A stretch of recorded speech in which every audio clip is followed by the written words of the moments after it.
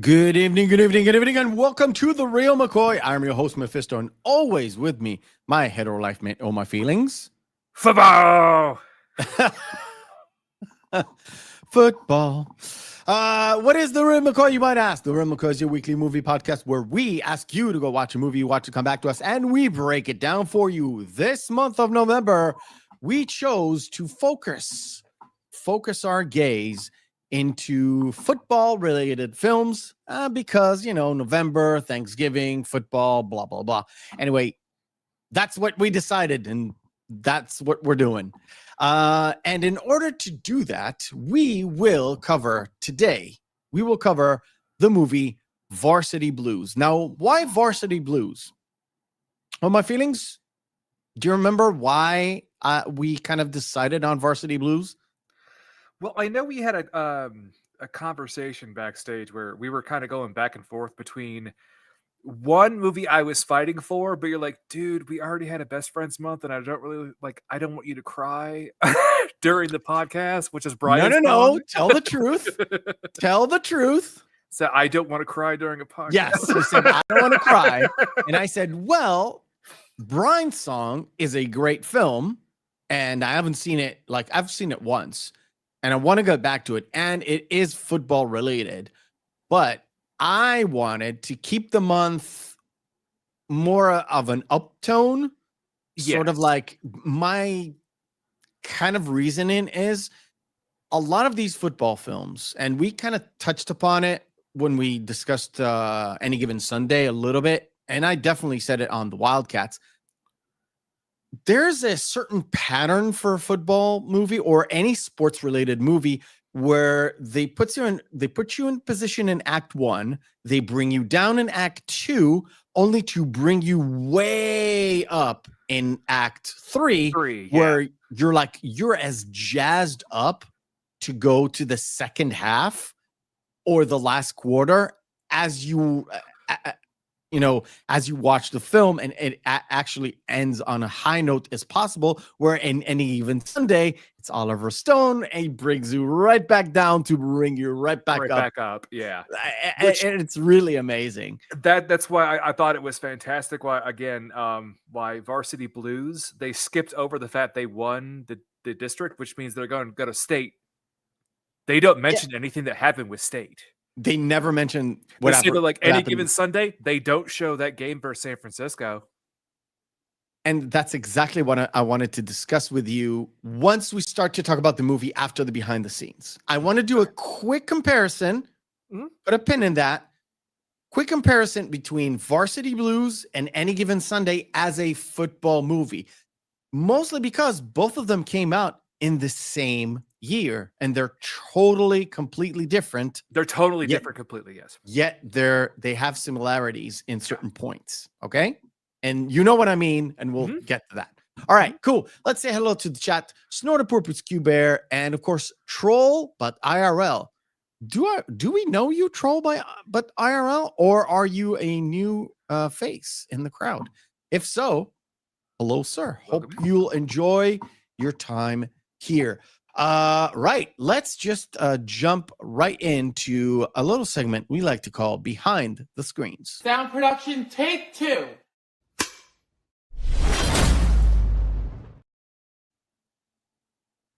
Surprise, whipped cream bikini. Put a pin in that too. We'll get to that too. All right. Captain America never looked so good. Wait, what? Huh? Wait, what? You'll get to that. Everything that has to do with Not Another Teen Movie in this movie, you're more than welcome to bring up. We talked about it during the review of Not Another Teen Movie, which I'm glad to bring it up again, but still. Yeah. Well, you go right ahead, but let's get going. Behind the Screens is where we turn to me and get the lowdown on everything behind the scenes, production-wise, all that good stuff. And I think all my feelings will jump in point by point. All right. Yeah. Let's first say, and let's disclose everything. We just talked about it backstage, and we texted each other backstage. There is not a whole lot of information about the actual making of the movie.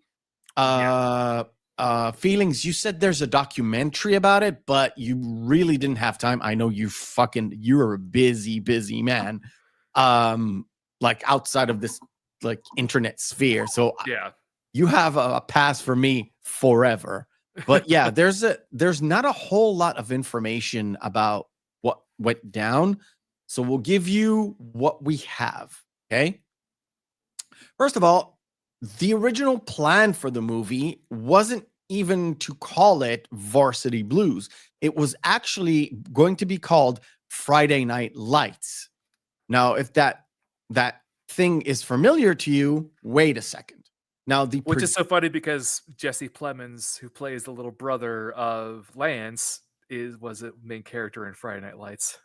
Okay, I haven't seen that show. I know it existed, but Friday Night Lights was a book, and MTV Studios, which they were the main backing studio, they wanted to buy the rights for the book and adapt it to for a movie.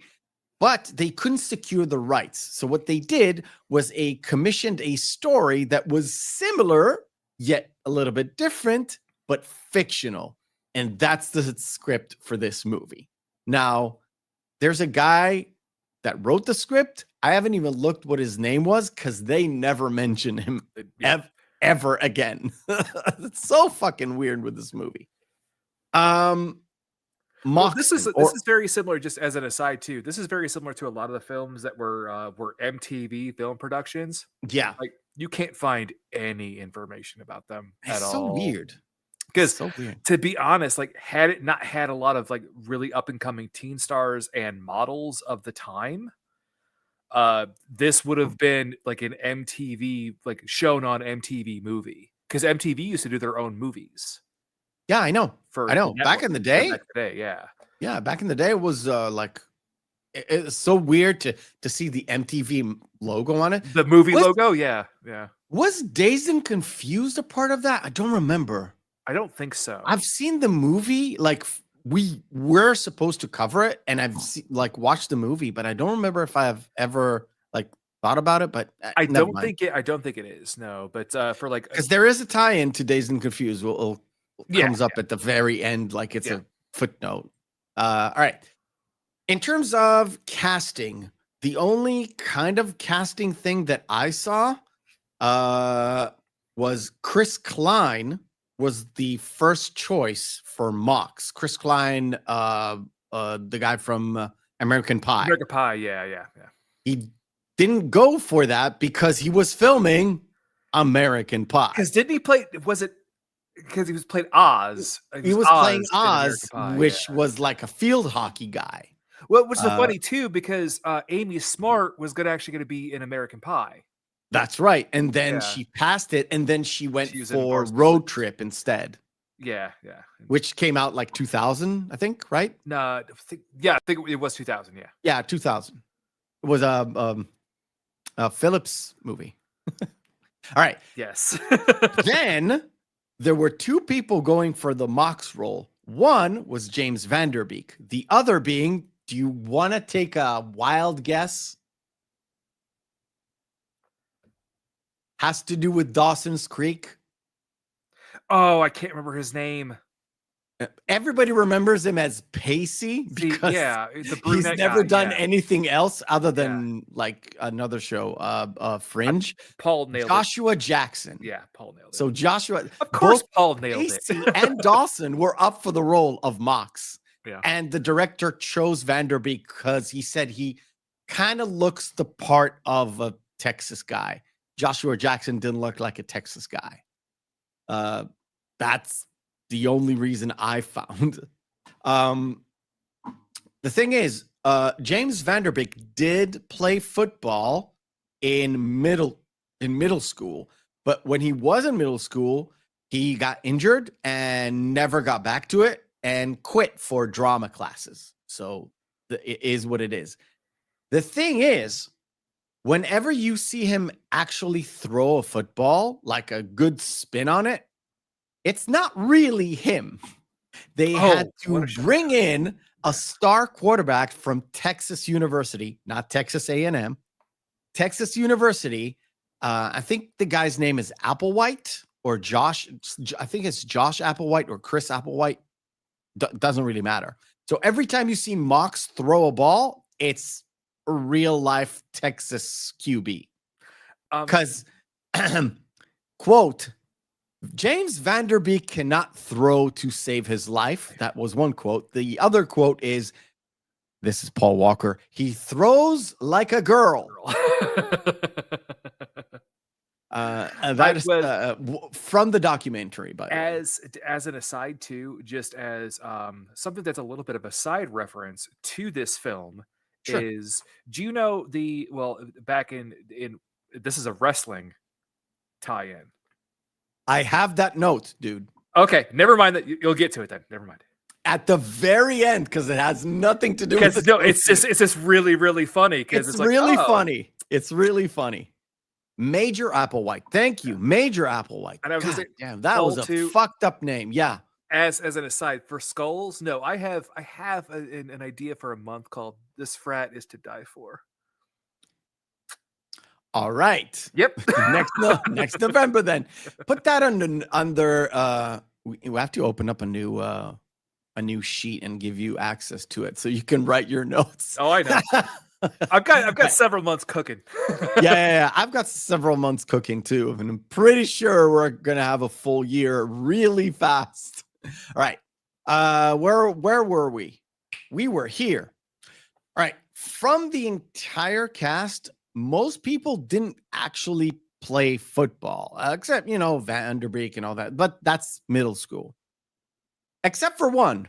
The guy who plays Wendell is called Aleal Swinton. Swinton, yeah. He played in college. He played for Stanford, and he was drafted and signed and played for the Kansas City Chiefs. Yeah. And I forgot one more thing about Mox and Van Der Beek is Mox is wearing the jersey with the number 4 on it. That's a tribute to Brett Favre, the Green Bay Packers / Jets quarterback. / Vikings. They could have won the fucking Super Bowl had some team called the Saints not cheated. We don't talk about that one.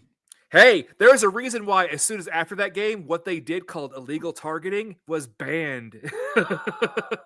And it's so weird because there's something that happens during the game that I know is fucking illegal in the NFL, which is throwing the ball to the outside with nobody there. That's illegal. Strictly illegal in the NFL. You actually can't do that in any game, in any version of football. No. Okay. So I know that rule for sure. Yeah. Right. Where were we? There we go. All the actors had to go through a real life football boot camp, including actual real contact, which was very rough because one of these cast members, and that was the only thing on IMDb trivia that was right. Paul Walker actually did break his leg, and it was during filming because it was already rickety from the boot camp. Oh, okay. Oh, and also Ron Lester, who plays Billy Bob, and Reggie Ray later. Fine. He injured his knee so much so that at one point he couldn't do the 3-point stand. So they actually incorporated that into the story in order to shoot around that. Weird. All right. We're there. Okay. So when the games were shot, they used several different stadiums and real fans that were unpaid Extras, unpaid extras, same as it was in Wildcats, which is amazing. And they didn't need much coaching to make it look authentic. They actually enjoyed. They did that also in Any Given Sunday because Oliver Stone's like, it has to be real. No, we're gonna make us play the game. Go. Yeah. And they actually played a few games and they shot them just to make it look authentic. Yeah. And because the thing about it is the only kind of information I've got about what the location was, it was actually shot mostly almost 90 to 95% on location in Texas. Williamson County, Elgin, and Austin, where in Austin they actually used a top-notch burger joint in Austin, Texas, to make it look authentic. Not only that, they used the same top-notch burger joint that they used in Dazed and Confused. Yeah. Right. And that is except for now, if you were to go to that place, now the burger would cost you about $48. All right. Damn. I don't like Austin. It became a really bad place. All right. Cool. So I'm not stopping there in my next US run. Don't. Not planning on it. There's another place I want to be. It's just outside of Galveston, but it's a barbecue joint. Oh, I know what you're talking about. Yeah. I know. You know exactly what I'm talking about. It's good. The thing about it is the movie was shot during summer, which means in Texas, it's hot. So all the practice scenes, which were done to true practice while the scene was shooting, there's players in the back doing some practice. That's really going on. And once everything was shut down, they were supplied with lots and lots of ice towels to make sure people don't overheat. Yeah. The announcers in the movie were real life local high school announcers. They were eager to do it. They had fun doing it. And they got paid handsomely to do it. So, oh, Paul, see, he was not actually paid to be in the stands. He was paid as a consultant, but that had nothing to do with sponsoring the team or in any way related to the team at the time. So by the time the film actually was released, I do believe he had graduated. So he was no longer affiliated with the university. I think so too. Plus, I think he got paid after the release in order to make sure. But it would be a consultant fee, not like being paid to do like this is Major Applewhite showing up for a spokesman deal. Like this is 1998 shooting, so I'm pretty sure the NCAA rules were prohibited any kind of payment. He didn't graduate till 01. Oh, really? I don't know when he got paid. I have no information about when he got paid. That's still fine, but also, well, to be fair, I know a lot of players that was even when I was at IU, like, oh wow, where did you get that new Cadillac Escalade, buddy? We should have done boosters, we should have done basketball month and included Blue Chips, which is low-key a stupid movie and also one of the greatest college basketball movies of all time. Which is why I still love baseball. Like, where's Shaquille O'Neal? Like, in college, duh. Yeah. All right. Where was? Oh, the scene of the suicide / trophy shoot, where Billy Bob was like, yeah, I think he's teetering on the brink. Yeah. He actually did cry. Not on command, but he did cry while doing the scene. He said he drew it from personal life because his sister recently died. Ooh, and also the day of his favorite singer died as well. Care to guess who was his favorite singer? By the way, he was 28 at the time of shooting. Oh, yeah. By the way, it's just like any of those teen movies where, again, not a teen movie, make fun of this, like, you're vaguely somewhere between 18 and 31. I don't know where. Yeah, exactly. So his favorite singer was Frank Sinatra, of all things. And he died before the movie, like during the movie shoot. Who Essentially. knew that Billy Bob and Reggie Ray were a giant fan of the Yeah. Rat Pack? I mean, but Yeah. all right. The whipped cream bikini. The whipped cream bikini wasn't actually whipped cream. It was actually shaving cream. Yeah, because whipped cream would melt.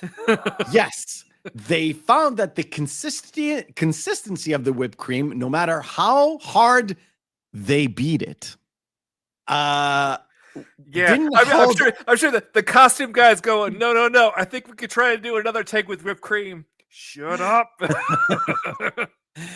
It didn't hold up in the camera lights. And shaving cream did.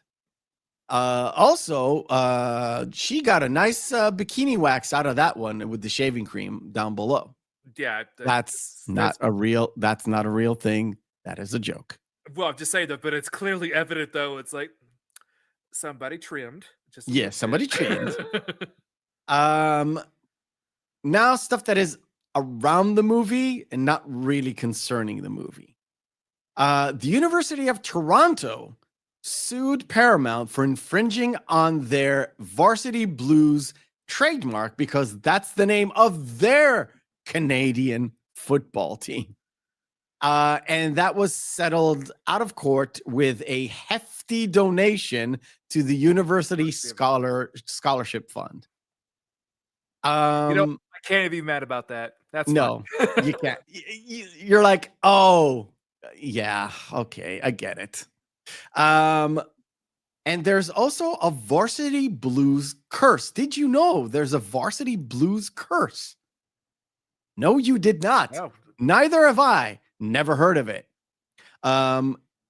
Apparently, this movie kills a lot of early careers. Paul Walker died in. That is true. Paul Walker died in 2013, car accident.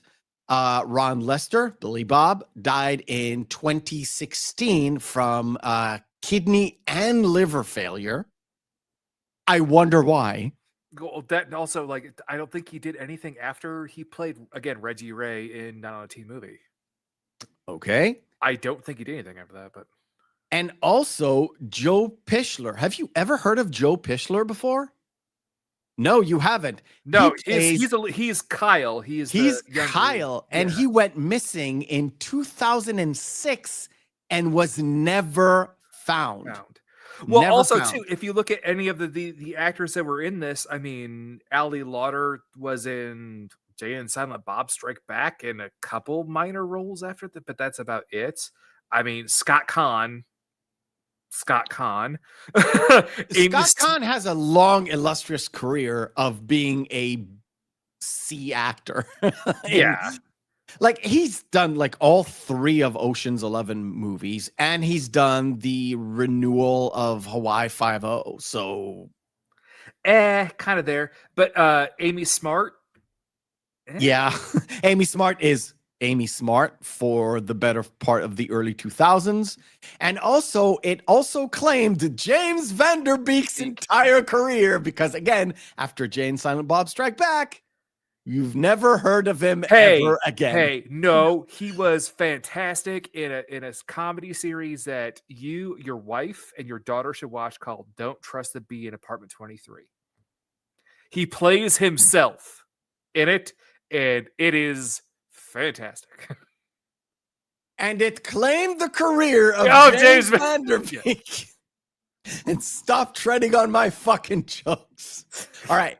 Last one, because I never even thought. Well, before that, budget for the movie, $16 million. Movie took $54 million worldwide, but $52 million were domestic. So take it for what you will. It's like, yeah, some football movies are not that big not that big outside of the US and Canada, essentially. Well, especially because this was really just a giant teen film. Oh, yeah. Troll, Jon Voight wasn't mentioned yet for a good reason.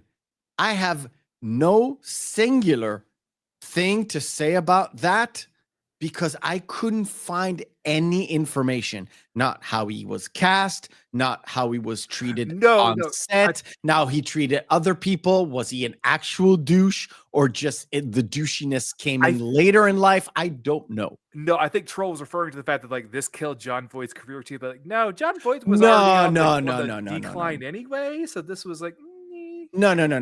Look, the movie came out in 1999. And he had I think he had sort of a revival with the Mission Impossible movie where he got in the Mission Impossible movie, he's not there for most of the movie. He's way more in Varsity Blues than he is in Mission Impossible. But he got several different roles in several other movies where he plays the grandfather or the dad or something. Like he played, like in Lara Croft, he's the dad. In National Treasure, he's also the dad or the grandfather. I don't remember. So he had bits and pieces of roles. Isn't Van Der Beek dying of cancer? Hopefully not. No, actually, no. He is young. He actually is utilizing a lot of his. Well, he's doing like cameos and a lot of stuff and GoFundMe's for. He has colorectal cancer. Yeah. Yikes, dude. Yeah, Varsity Blues has not good. An illustrious curse on it.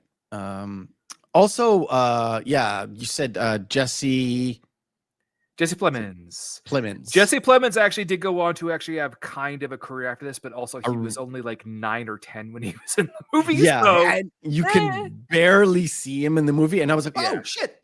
He has a really recognizable face.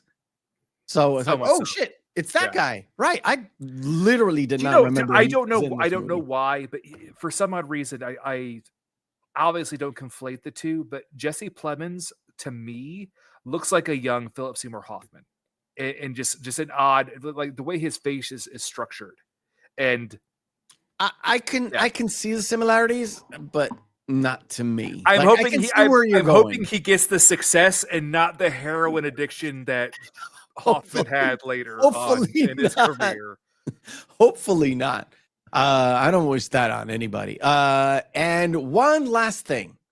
Former WWE wrestler Dean Ambrose took inspirations to his name from this movie, and it was kind of a weird thing because it was actually a mistake. Yes, it was actually a mistake. He was supposed to be John Moxon, but his friend kind of called him Moxley by accident. The announcer accidentally called him Moxley in one of his first indie shows, and John Moxley just kind of stuck. So he was John Moxley, and then he was recruited to WWE, had to change his name because I think he wanted to keep the John Moxley for whenever he did independent shows in Japan, because when he was working for WWE, he actually still did New Japan shows under John Moxley.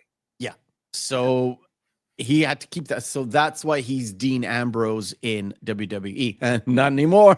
And then when he went back to AEW, he became John Moxley. John Moxley and again. now he's the John Moxley has been there since 2017, I think. Yeah. Yeah, I guess so. All right. Cool. That kind of brings us to the end. I can't believe we stretched that for 30 minutes, but it is what it is because it's time to strap in your girdle your loins, film thoughts, and your girder loins, and maybe even athlete's cup, because we're playing Missing Marquee.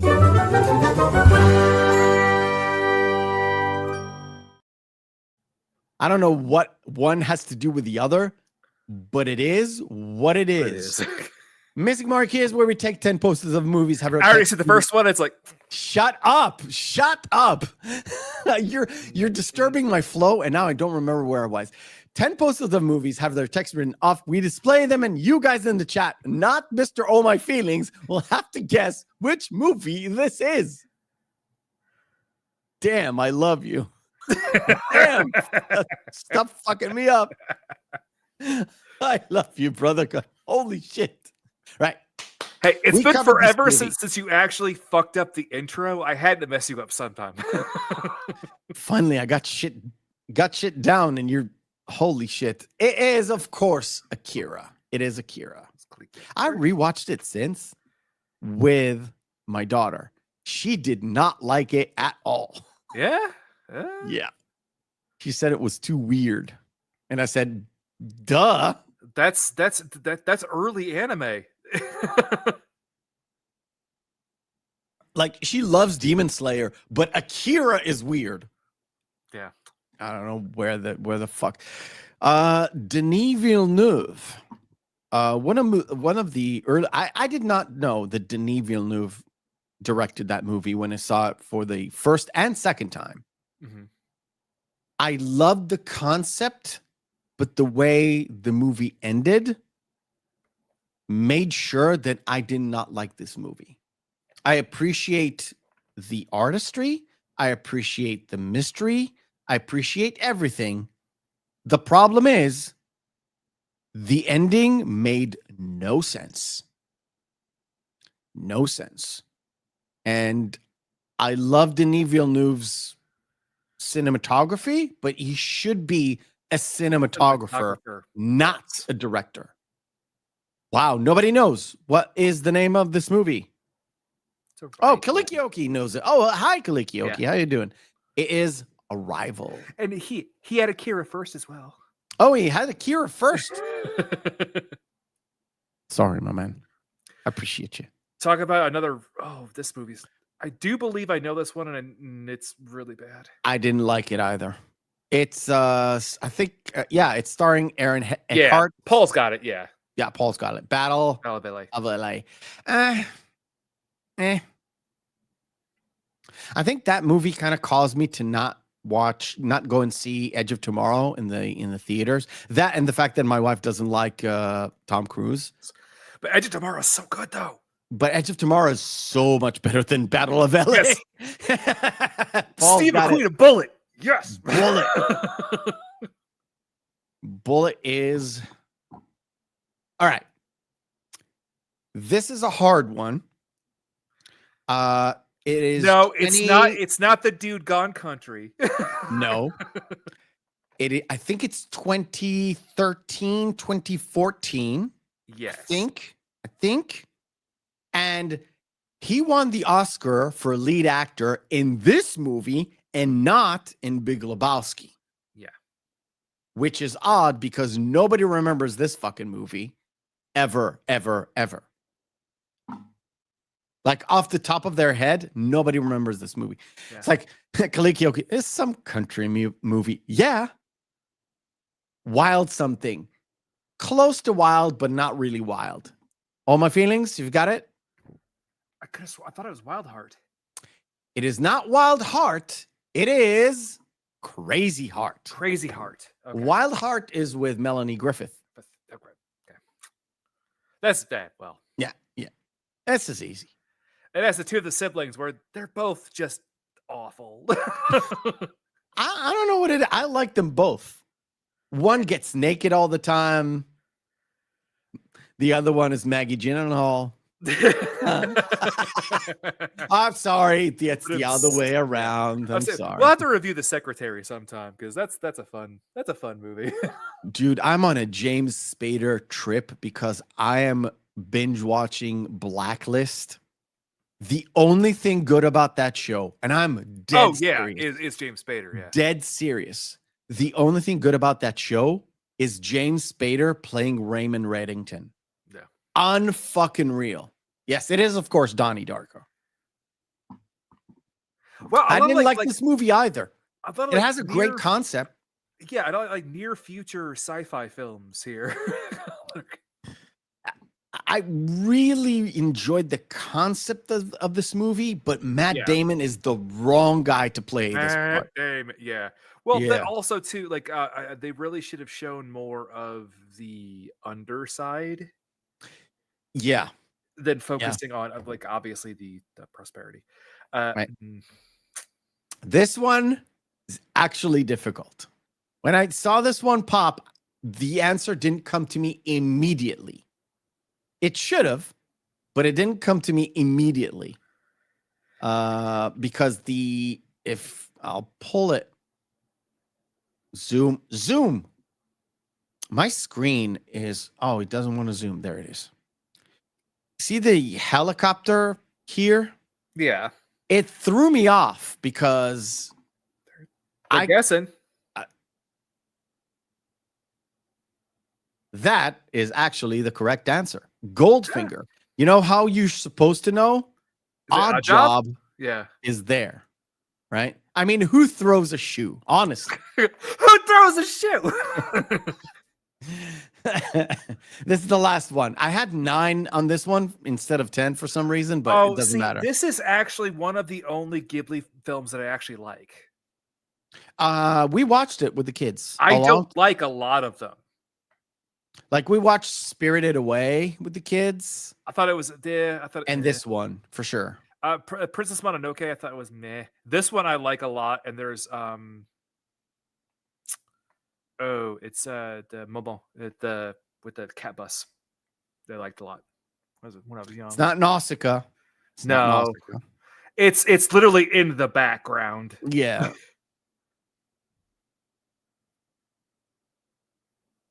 It's not Porco Rosso. I don't know what the fuck that movie is. Paul's it is Howl's Moving Castle. Correct. It's great, and I think it's actually one of the actual saddest of the Ghibli films too. Spirited Away, maybe too, a little bit. Nah, you don't think so? I mean, Princess Mononoke also ends on a high. Yeah, I kind of guess. Okay, cool. All right. Can we talk about the movie? Shall we talk about the movie? Let's shoot. Because this is going to be one where we don't have to break down the scenes where it's like, that's no. That's funny. Do you remember what I said before we started the behind the screens? I wanted to talk to you a little bit, and with the audience, of course, they're more than welcome to say their piece, and I will try to pick in and see what kind of fits. Any Given Sunday and Varsity Blues both came out in 1999. Mm-hmm. Both of them are really different because one deals with kids, essentially, and kid stuff, although all of them act like adults. All of them, not some of them, all of them. Yeah. And doing really adult things that would really get them in trouble, but it seems like they're not getting in trouble at all for some reason. Well, the thing is too, I think it's kind of perfect with the opening monologue from Mox about America and everything, but also like how Texas is different, and especially in that small town where it's they essentially are above reproach because they are the West Canaan Coyote football players. You know, they especially when Tweeter steals the cop car, like. We didn't steal no cop cars back then, and then they showed their privates to them trying to do rehearsals. Did you realize he's like, Mox, you have to get in there. These are a bunch of naked sophomore girls. There's no college in this school. These are 16-year-olds. Let's go, bitch. Well, at that point in time, the actresses are old. Yes. Well, no, but still, like they could be 17 or 18 and that's sophomores. They would be 16, 15, 16. They mostly be 16. 15, 16, not 17 unless they held back. I mean, this is no, but in the state 16 would still be considered the legal age of consent, so it yeah, you know, it's weird. It's still weird. It's still weird, but it is. I will have to say though, it's a lot different especially when that one bit where they have Lance's dad going, "Well, we held him back." Yeah, Jesse Plemons' character, where I'm like, because he'll be bigger for freshman year. I was like, yes, and also Mox says, like, I'm 18 already, but he's a senior, so yeah. Well, but also too, he's not the one trying to fuck him. Yeah, that's right. That's right. So the I can't deal with this fucking chair, man. I'm gonna keep it low. And I will say though, I do love the entire running gag of his little brother with different religious sects throughout the film. It is fantastic. And his mother at first going, so what are you doing? I'm gonna die for everyone's sins. Well, aren't you sweet? Yeah. And it's like, hey, did you make a cult? Well, isn't that sweet? That's sweet. It's a cult. Anyway, And then when he buys the condoms, assalamu alaikum. It's like that's That a little was- joke that I know those screenwriters are like, okay, this is funny. Oh, we're throwing Yes. it in. So the differences, not differences, the sort of similarities between the two, both of them are disguised as a fun football movie, uplifting football movie, yet they're both kind of dark. Like Varsity Blues was way darker than I remember it to be, but it's Yeah. disguised in a lot of like facade of fun. And I think that was actually what they were going for, because like on the first kind of game, you see Mox opening the door, and what you see is the trainer with the cortisol shot right to the fucking knee of Lance, and the coach is like, get the fuck out of here, and he closes the door. Well, then right after too, like in the same locker room scene, I assume it's either Percocet or Vicodin, and he's giving him Tweeter 500 like, hands out milligram drugs. pills. That shit Yeah. is heavy. I'm a bigger dude, right? Yep. We met in person multiple times. Back when I got into a real bad car accident, my mom gave me one of her 750 milligram Vicodins. I about passed the fuck out after an hour, like that, because I don't take them, so it's just like, whoo. I don't think I can walk right now. Howdy, Boosh. Yeah, I've seen you. All right. Sit back, relax, Boosh. We're about to go. So that scene, and later on with Wendell, right, kind of reminded me of the scene with LT with Shark in Any Given Sunday. Well, that, and also too, like, even though not a teen movie mocks it, it still was very poignant, because with the Chris Evans's character telling his wide receiver, the black guy, going, listen, I understand you're a person and people don't respect you. And as soon as, because this happens in this movie too, well, I want to talk to you about the ramifications, repercussions. And he goes, I got to go, motherfucker. Because it's exactly what happens until the very end of the film when he shows up for him. And the thing about it is, Wendell has that kind of a thing where he's like, Mox, have you not opened your eyes?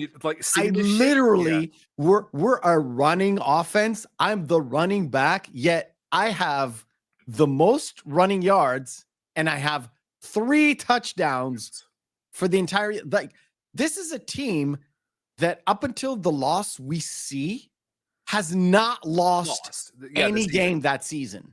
Yeah. Well, too. Did he say like he had over 100 yards a game, but he only has 3 touchdowns for the entire season? And at that point in time, they were 8 games in?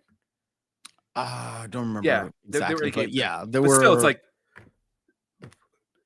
you played you play 16 in high school? No, 16 that's games? No, like 12, right? 12 at the very most. Yeah. Yeah. All right. Because it has to be like between September and December. September, typically to the end of November, and then it goes to like district and state. Yeah, I get it. And by the way, when they said they were going for district, it's essentially the last game of the season. Whoever has the best record, they didn't actually win a district championship.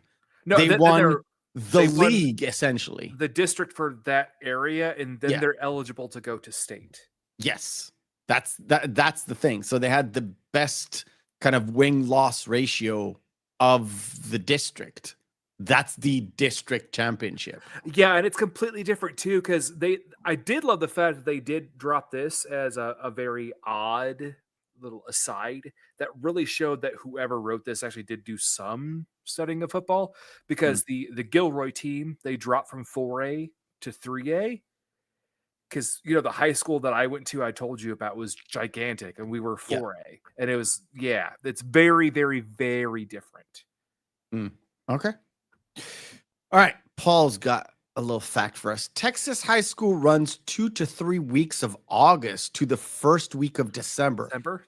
Yeah. That means it's almost 16 weeks if there's no bye week. You get bye weeks. All right.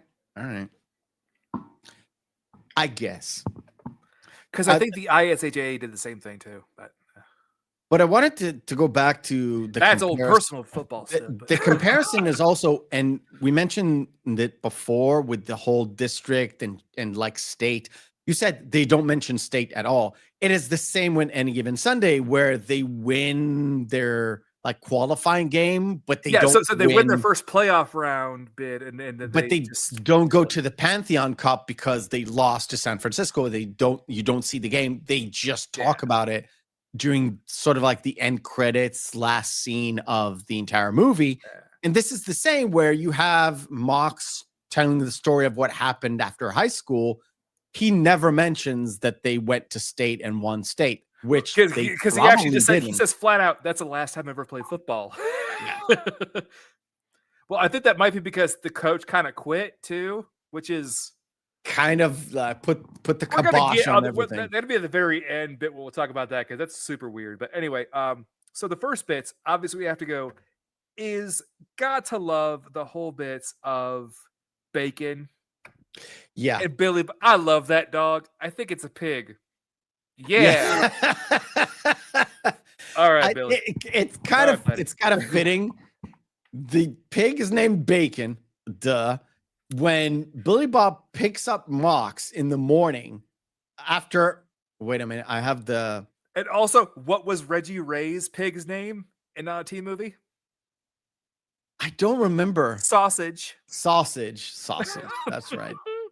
The thing about Kyle and the religions, it kind of starts with this, you kind of understand the whole, Texas and the relationship with God is well known even beyond the United States.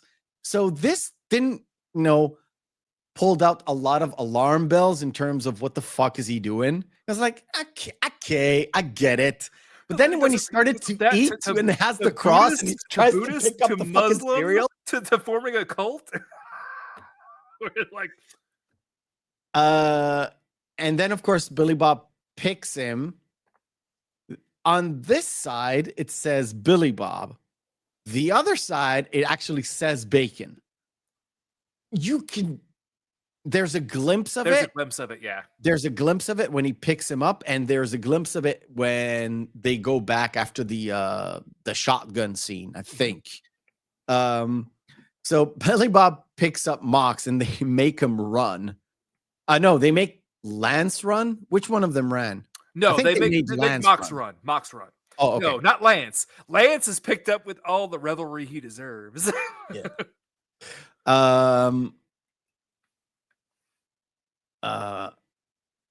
Yes, I wanted to get this.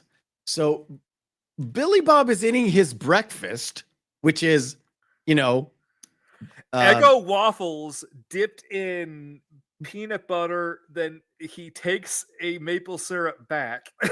not just maple syrup. It is an Aunt Jemima maple syrup. Rest in peace, Aunt Jemima. Right. So we get the usual stuff, which is coming to school. It's a game day. So there's the pep rally and the pep rally scene.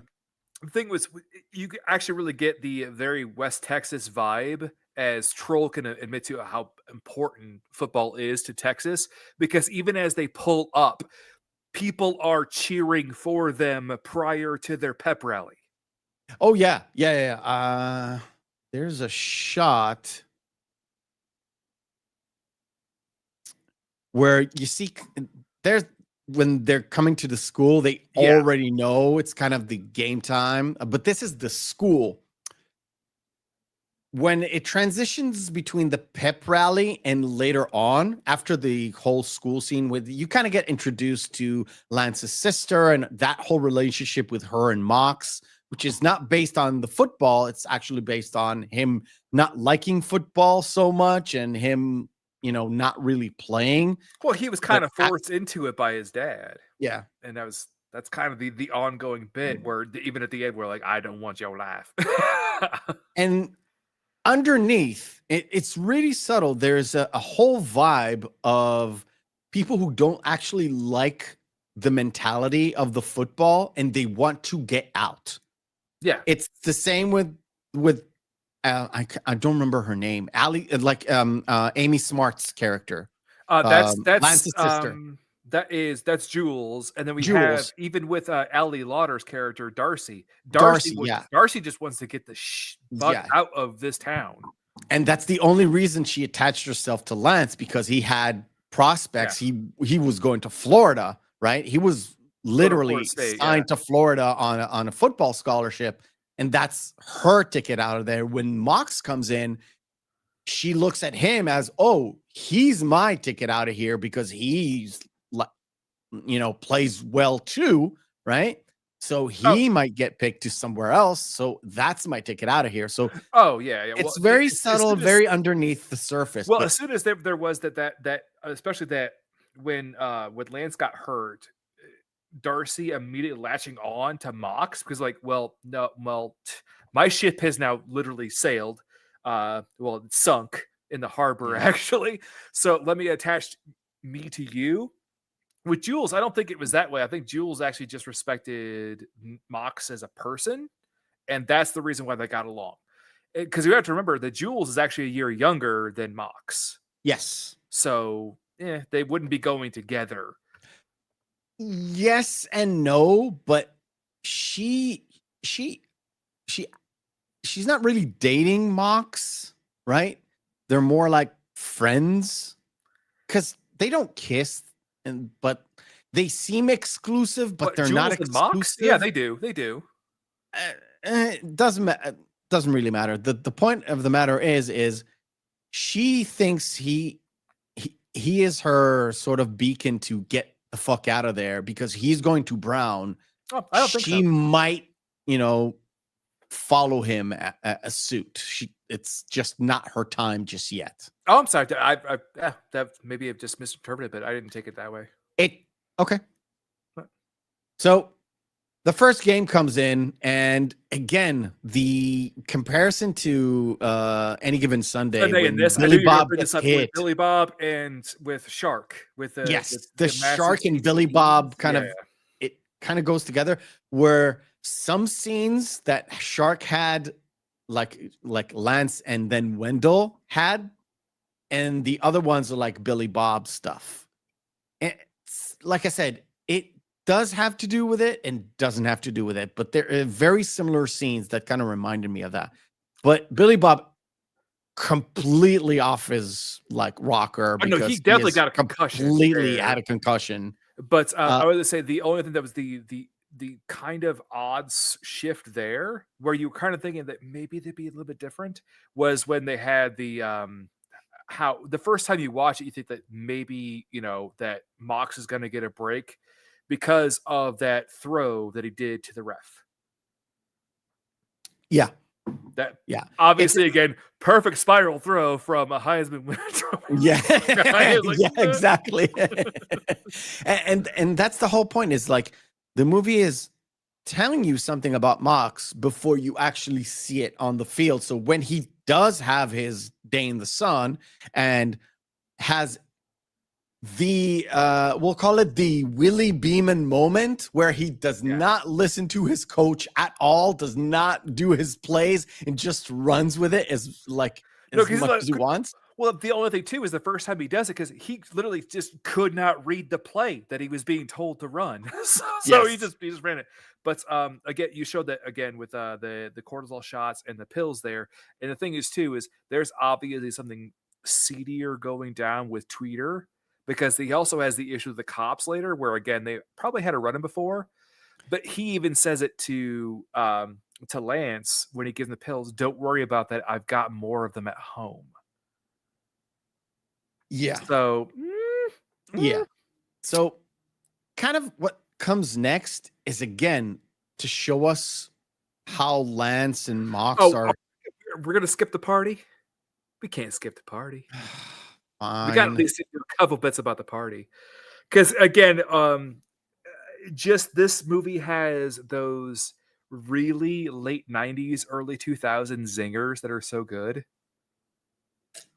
Because Jules says about Darcy, it's expensive to look that cheap. Yes. And I thought I've heard it somewhere else, but I don't remember where I've heard it. And It the may major have thing, been just in this movie at first. yeah. And then somebody ripped it off. But to the whole kind of Texas vibe, because Troll growing up there can attest to this, where a dude from the 1980s team is showing up at the high school parties. Yeah, that was Because fucking weird. he still feels like he's one of them because he played football once. It's the Al Bundy syndrome, we'll call it. Very much He so. played Yeah. football and he scored 4 touchdowns in one game in Polk High. It's that I got that vibe from him. It's like the guy who is 40 and he is in the club a little bit too late for everybody else. Yeah. Is that guy in the club who was Jared there just a little bit too long. And but yeah, that Al Bundy syndrome thing. Yeah, I got that. Yeah, that right after that was. Sorry, go ahead. I was going to say the puking in the washing machine was extra great. Extra I great. was expecting him to burst through the door and vomit all over Lance and Darcy.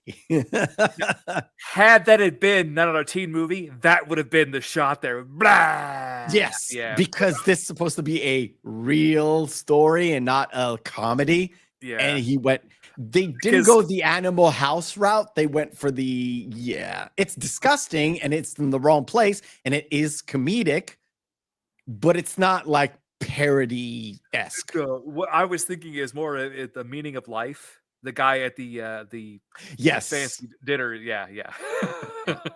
Now, I've skipped over the practice where This the monsieur coach... need another vomit bucket. Yeah. I've But skipped over... No, go ahead. Well, the only thing important about that is it kind of just goes over the fact that how Bud is an absolute asshole and like the worst coach you'd want to play for. Yeah. And it's really weird because all throughout the film, there are certain sort of townsfolk people who bow down to him as if he's like the mayor of the town or like an authority that is not to be questioned. Either they were his players, former players, or just like one of them is like the sheriff or a deputy sheriff. And he's like bowing down to his will because football is God in this small town of Texas. I was going to say the one thing that they got completely, totally fucking wrong during that practice was the dad sitting outside going, yeah, them boys are having the time of their lives, aren't they? No, they're not. They are not, sir. You are wrong. So the barbecue scene. Yeah. Not specifically the barbecue scene where Kyle is wearing Japanese. So I think he was trying to go. Well, he's wearing a gi, so I think maybe he's trying to go for a Buddhist thing because he was really upset about the meat on the grill. Yeah, he was looking at the meat on the grill and not touching it. It's not Buddhist. It's what's the religion? Because it's not Shinto. Yeah, I was gonna say Shinto, but like it's there's Tao and Tao. Yes. It's sort of Buddhism, but it's not Buddhism. It's fucking weird. A little different. But anyway, so this again, the even it shows that those rivalries again, Troy played like fire that fucking pigskin. It's those rivalries in between even former players and shit run so deep because there is nothing else going on in the culture of that town. This is all they fucking have. So then they're like, oh well, they have the William Tell challenge. It's exactly the William Tell challenge. And Lance kind of hits it really easy, no problem. And then Mox hits his dad straight in the face. And what they think is like, it's like Mox is so shit. That's why he's second string. The thing is, we just saw him do a perfect spiral from he was sitting while he was doing it to the referee, and the referee is like, oh my God, my stomach. So we kind of know Mox can do it. But this is a great setup because when Mox takes the field, I think it was on his first official game, not when he comes in as a reliever. The first official game is with another team that their mascot is being annoying. And he shoots it right into the Hornet's face. And his dad in the crowd catches his nose. And his dad kind of realizes, oh shit. No, that he did it. He shot me on purpose. No, that was the first game that he comes in as the relief. Oh, that was the first reliever game? Dude, I watched it once on Tuesday, once today at 7 a.m, and I still don't remember shit. Wow, it's so fucking crazy. No, then after this, we have the sex ed class, which obviously is just the best part because the mockery of this was the amalgamation in not our teen movie, because I'm going to keep talking about this because it's referenced so much in it.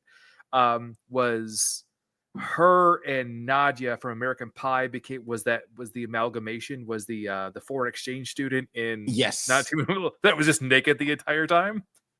Well, not the entire time. Well, pretty much most naked. of it. Yes. But it was like penis, penis, penis, vagina, vagina, vagina. I want you to say it. And then the whole spiel that they have Billy Bob obviously still suffering from his concussion. Go to the bathroom. Yeah. And when he returned, she already realized, there's something wrong. Apart from the fact that he's like full of, it kind of looks like sweat, but we know it's water. It's water, yeah. The thing about it is, I'm going to get to something else because this, of course, is set up for her being a stripper. So she's a teacher, but she also runs sex ed. I'm guessing she's. I was waiting to get to that point. Sex ed. No. I want to get to that now. Sure. So the thing about Mox takes his friends on the it's sort of on the penultimate game just before essentially the division championship, but the penultimate game, he takes them to the strip club to actually have a wind down, and he says, wait. No, the one from the big thing that you get first is before that, after the game that he won on the road, when she's driving away in that brand new Ford Mustang, when he goes, oh, that's a really nice car for a teacher's salary. Yes, again, this is not strictly the setup. I mean, they put this scene to do the Billy Bob thing. I get it. Plus, to put her in a position where she's the sex ed teacher. Then the same day, at the end of the day, Mox sees her in that flashy car. Great, another setup. And then he picks them up and he says it's a surprise, and he takes them all into a strip joint. By the way, how come they're getting into the strip joint? I don't know if it's a 21 thing or an 18 thing. Probably 18. Otherwise, they wouldn't have given them beer or alcohol. Actually, the funny thing is, in the States, if it's a full nude place, you can go there if you're 18, but they don't serve alcohol. But they did get served alcohol. Which, well, obviously you have to remember too, there are local kind I at this point. I guess. Yeah. Fine. They're getting someone got away with stealing the sheriff's car. Yeah, I know. My point is, and this is a question for you guys in the chat too, right? Mox said it was a surprise. He takes them there, and then they see their teacher stripping. She's surprised. Wait a minute. She's surprised. All of the students are surprised, and it seems like Mox is also surprised. Did he know because he saw the flashy car, or was he really surprised? I think he put two and two together, and it's like, because when I saw this for the very first time, I was like, I mean, it kind of looks like he knew, but he was really surprised when she came out like nude. But then I thought about it. There's a sort of a missing link here because you don't get to know, and he doesn't really tell you. He doesn't solve that equation.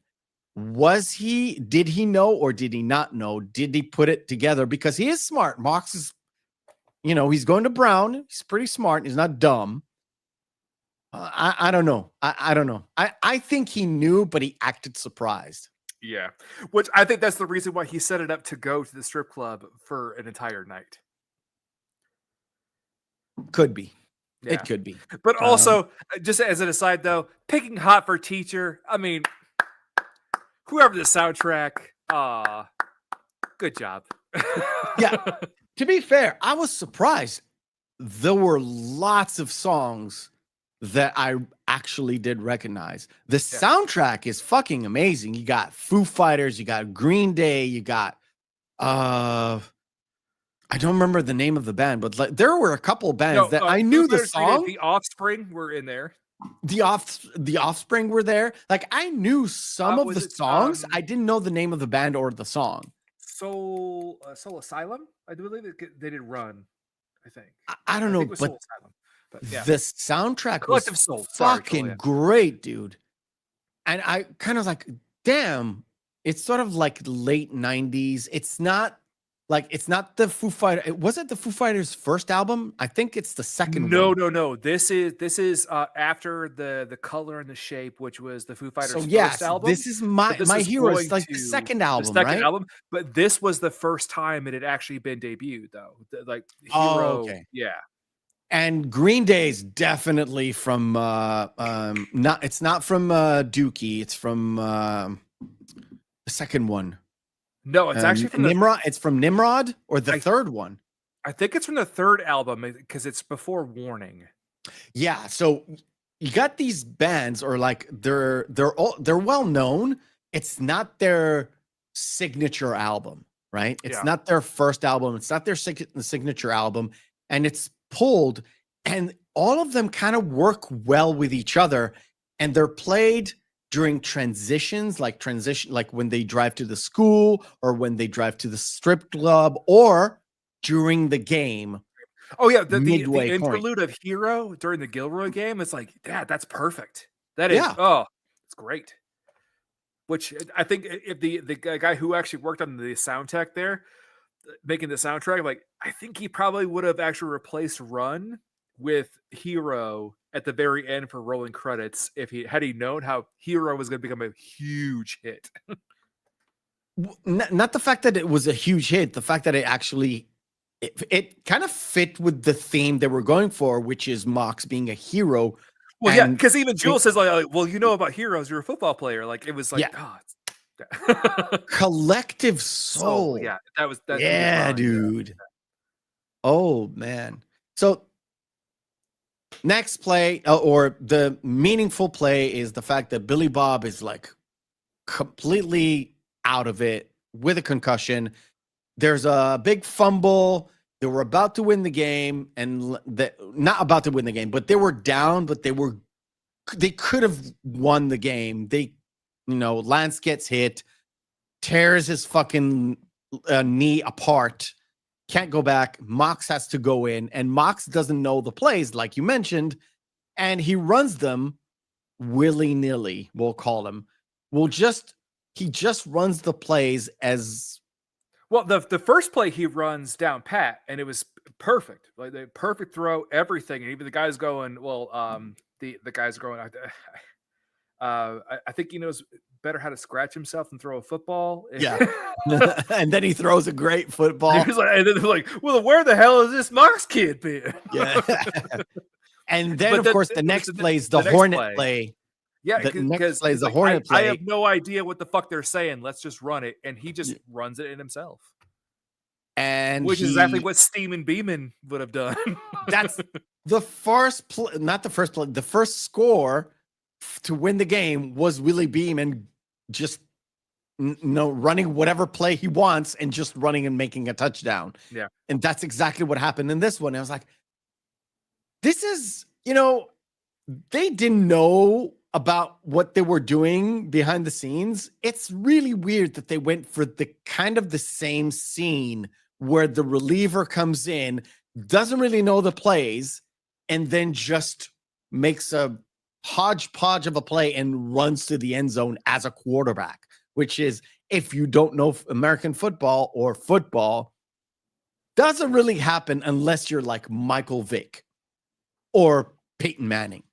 No, well, unless you are an established quarterback, if you defy the coach, your ass is gonna get reamed the fuck out. Like, you guys should cover Friday Night Lights in future episodes. I don't really cover TV shows. Did they make a movie out of Friday Night Lights? Wasn't it an HBO show? No, it was a network show. It was a network show. Yeah. Okay. It was really big for like a couple of seasons, and then they did do a movie. It was a movie first? Yeah. Wow. Okay. And then they did do a I think, Becky, correct me if I'm wrong, but I think they did a sequel to it that was a movie years later. I only know about the TV show. Yeah. I only know about the TV show. Billy Bob Thornton? Not Billy Bob Thornton. Was Billy Bob Thornton in Friday Night Lights? The movie? Mm-hmm. I learned all sorts of stuff about movies I don't care about. I'm joking, dude. We could do another football month because we got plenty of films. So we've got plenty of months. Yes. There's like, about 1,000 movies we want to cover.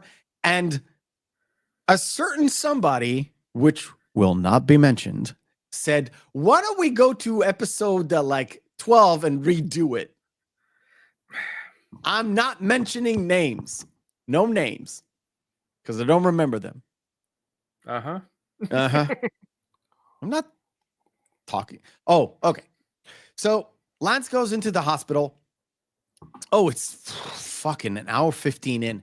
Okay, we have to press on. I will just well, the whole thing with Lance essentially has everything torn, and even the doctor says, no, I actually went in. There's so much scar tissue. He should not have been playing at all. And Mox essentially looks at the coach, is like, you know why this is. Yeah. And later on, he mentions that, you should not have played neither Lance nor Billy Bob. And then when Wendell gets hurt, it's like, these guys should not be playing hurt like that. And because we're going to talk about that scene because it's really touching. Because that's the real breakdown. But so we have Darcy then. Sort of Darcy coming on to Mox, and Mox being a perfect gentleman. She says, oh my God, you're not even looking.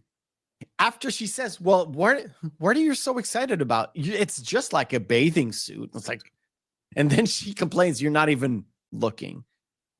And then, of course, we've got the tweeter faking the police with, look, there's no beer here. And then he goes out and fucking steals a cop car. The Mount Me hat. It was like, what? Yeah. Mount Me? Well, maybe if I had another drink or two. And then he goes, yeah, I talk too much. But then he grabs the keys and just runs toward the car. I'm like, Friday Night Lights was directed by Peter Berg? Yeah. A director that I actually know? Yeah. All right. Yeah. See, you learn stuff every day. Yeah. Yeah, I love it when Mox goes to the grocery store. He picks up a Coke. He brings it to the guy at the counter. The guy at the register just gives him a 6-pack of beer and goes, "Your money's no good. Here you go. Your money's no good here." It's like, shit. This town is completely at their feet. Completely at their feet. I do like the subtle Kodak films in the background. Well, that and too, and this is like classic Americana too, where it does feel like it's with the way that this has to be about maybe 10:30 at night, and he's walking down the street and it's completely empty and just drinking beer by himself. Like, yeah, to me, this entire kind of thing was so like, this scene belongs in like a horror movie because these guys are about to get killed by Jason or it does. like, these Definitely. guys are about to park somewhere and get slaughtered. And don't worry about it. No, we're gonna go to my uncle's cabin down by this lake. What's the name of the lake? Oh, it's Crystal. They It's say so that because the weird. water's crystal clear. Yeah, it's crystal clear. Yeah, I mentioned this. I mentioned the scene of sort of like the sheriff is like being annoyed about Tweeter stealing the cop car and getting away with it. Well, the And- public decency too amongst the like. Well, I think. Well, the one guy's going. Well, yeah, we drink beer and everything, but then they're doing that and they're taking them pain pills. It must be them pain pills. Like, Yeah. no, you're giving 17, 18-year-olds absolute authority in a town. What the hell do you think is going to happen? And Well- that's the shot right there with Miss Davis. Yeah, that's in the away game. I wanted to get not to this particular point, and you probably saw what I was trying to go for in the back. The fact that Mox is now in the spotlight and he doesn't know how to maneuver things, right? And it's the same thing. It's kind of the same thing that went with Willie Beeman, where he is thrusted into the situation where he does not know how to handle, we'll call it stardom or being in the center of things. And Mox is taking it in a different direction than Willie, where Willie kind of embraces it and kind of feeds into his ego. And he becomes a full-blown shithead, where Mox is like dragged to being a shithead, but he doesn't quite buy into it. Yeah, it does feed his ego. It doesn't quite change who he is, but he does have that, again, that Southern good old boy. Because even Jules chastises him for it. What do you mean? Gosh darn. Yeah. And you're only one guy. What are you talking about? Like, who are you? Now, I want to get to 2 points in this because it happens concurrently, and you probably saw it. The fact that after the practice, Billy Bob is like called into the manager's office, the coach's office. And he goes, like, don't even close the door. It's only going to take a minute. That's when you know you fucked up real bad. Yeah. And he essentially blames Lance and the rest of the season on him, on Billy Bob, where we know coach put him in that position because he needed his player on the field. Well, the fact that, like, if you have an O-line guy standing there, he's a 17, 18-year-old kid who's huffing fucking oxygen and can barely fucking move. You shouldn't fucking put him into play. Well, it is what it is. And then, of course, that scene we discussed about, like I said, there's a subtle kind of line of, Darcy really wants to not be in West Texas. Like, it's like she sees Mox as her ticket out of there, and she invites him to the famous my folks are out of town thing. And you mentioned this before, assalamu alaikum, where Mox even asks us like would Muhammad have sex with Darcy if he had the chance? I think he would. Yes. Because even Kyle as a little history says, correct, yes. Yeah. Kyle as like in his Islamic kind it's of not even Islamic, it's very 60s Malcolm X Islam. Yeah. It's like the Nation of Islam, not Muslims. Yeah, but him even standing there going, I can't say yes or no. The fact of the matter is, Mox is looking at the packet of condoms and he's like, I'm 18, I'm allowed. It's like he's almost buying into the hype. He even went to Darcy kind of knowing what was going to go down. Well, because he's even talking himself up through it, where he's going like, listen, I'm a good guy. It's not like we've been together forever. It's not like we're in love and we're not married or anything. I'm an 18-year-old kid. Yeah. And then, of course, well, I think you actually can show the bikini. I think it's fine. I can show the bikini. It's a bikini. You don't see nothing, right? We'll flash it up on screen. YouTube doesn't really like sex stuff. But yeah, I didn't show the front bit. I wanted to show the side bit just to make sure we'll call it less skin. Now, again, all I'm saying is the guys in costuming had a lot of fun for those couple of days I'm of shooting. betting this was a chick who did this, not a dude. Hey, maybe that lady had a hell of a time too. Maybe Never that lady know. had a hell of a time too. I mean, it's Ali Larter. There's not a lot to cover, but That's true. but it is what it is. She's a beautiful girl. Beautiful I think I saw her. She was on a TV show or something, and for a lady that seemingly did not have anything done, if she did, it's very subtle. She looks okay. She got old, looks good for a 50-year-old chick. Yeah. Almost 60. Which is But I did say a line. I didn't put it in my notes. She said she had a hard time showing her children that scene, even though nothing happens. There's no sexual thing happening. She was still embarrassed of that scene because she thought it was too tacky even back then. But, you do what you do for it's better than Chris Evans's whipped cream Speedo, which I don't think so. I think the Chris Evans tuxedo was the hella Speedo funny. was hilarious. It was funny. It's like, Yeah. I thought you wanted a banana split. It was like, this is and this is where she kind of confides with him why she did what she did. And from that moment on, even though she does have that sneaky kiss in the hallway, which kind of fucks up his relationship with Lance's Jules? sister. Yeah. She didn't kiss him. Again, not a sexual thing, sort of a friendship thing, but it was a little bit over the top. I think a little bit. I think it would have been better if she had not kissed him on the lips, if she would have kissed him on the cheek. But then again, that doesn't set up the dramatic tension, which is needed in the story.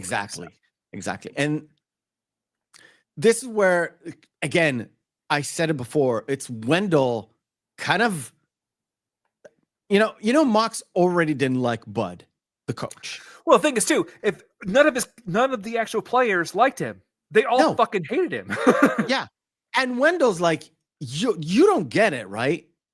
I need to impress scouts. I can run all day, but if I don't get the touchdown, it's seemingly nothing. It's Julian with his fucking signing bonus. Yep. Right? Not really the same because it's a high school kid wanting to have a shot at college, which is great. But again, it puts it in. Well, it's Julian with the bonus and also Shark with his bonus. Yes. Yeah. And the fact of the matter is, and he even says it, and you kind of realize, well, Wendell is kind of the token black guy of the entire school. Yes. Right? Because after that scene, I was kind of like, I wonder if there are black kids in the school that don't play football. The answer is zero. There are 0 black dudes in high school that are not playing football on that movie. And this is sort of, and he says it, it's the subtle racism. So, yeah.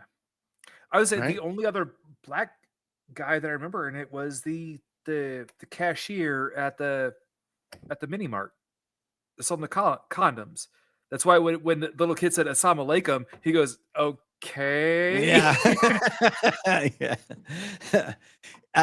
It's not like there aren't any. It's just it is too obvious. And again, it's not overt racism, but it's like you do realize he is a racist piece of shit. I was like, whoa, racist piece of shit. It's like, yes, he does this for the entirety of my career, and he could fuck up my career. I'm a senior because of this. Yeah. And it's not overt, and he's not and if you ask him, he will not officially tell you.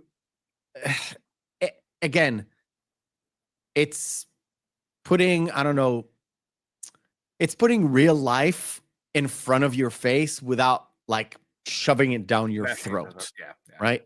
Which, when it's overt and like in your face and has nothing to do with the actual course of the story, it kind of stands out. Here, it's a really big part of why the different elements in the team don't like Bud, the coach.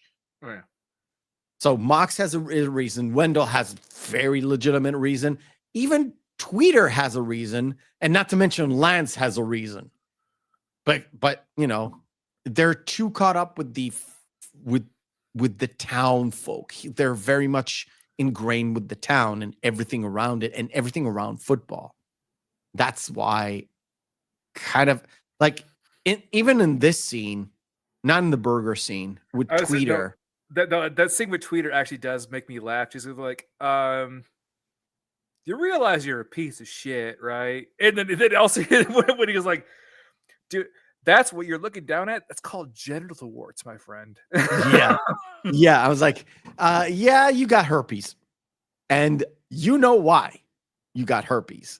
But the thing about it is here, you kind of get the sense of, Tweeter doesn't like Coach either. Like nobody from the sort of star cast, they don't even like Coach. And then you realize the entire team doesn't really like him at all. It's kind of a piece of shit. To be honest. He's kind of a piece of shit. Then we just have that one bit with right before the strip club with Max and Jules. It's more of just a setup of how Jules is rebuffing him finally again, and he's kind of using his now local fame against him. Like, I'm not gonna leave. Oh my God, everybody! John Mox is here. Yeah. So the thing about this scene, and I love this scene too, because this is where you realize about Lance was like, I kind of needed this to unwind, and I like a release from the pressure that I got from Coach. That's sort of a conversation. I think also too, it's really pertinent to stress the actual friendship between Lance and Mox, because Lance even says flat out, you're the only guy who came to visit me in the hospital. Yes. Yeah.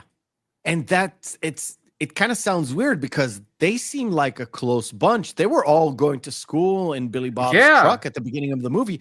How come they didn't come and visit him at all? It's like, that is really interesting. And again, none of the other teammates, we know why, because it's a movie and you can't really show like day actors coming to visit Lance for no reason.